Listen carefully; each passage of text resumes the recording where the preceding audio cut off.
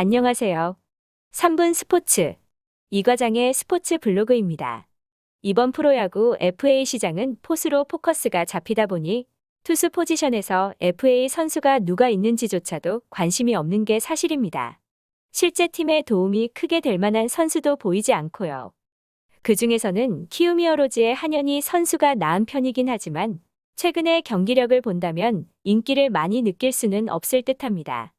특히 소속팀인 키움 히어로즈에서는 한현희와 적극적인 협상을 하지는 않을 것으로 보입니다. 최근 몇 년간 한현희는 선발 투수에 가까운 상황이지만 키움은 국내 선발 투수로 안우진과 최원태가 있는 상황에서 5선발은 어린 선수들을 키울 것으로 보이기 때문입니다. 물론 키움과 계약은 할 수 있지만 계약 규모가 크지는 않을 것입니다.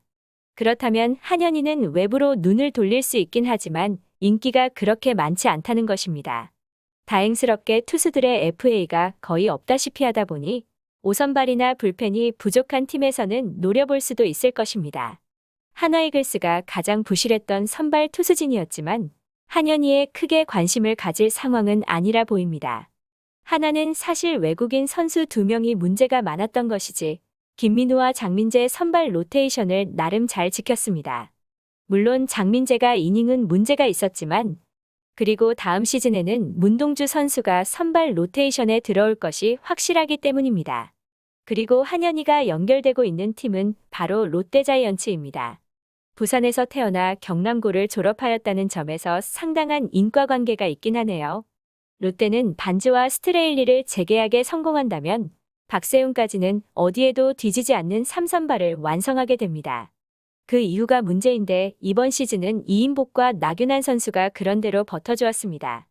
기대가 많았던 김진욱과 서준호는 여전히 부진하면서 한현희를 영입하여 선발진을 좀 더 탄탄하게 구축하고자 할 이유는 있습니다.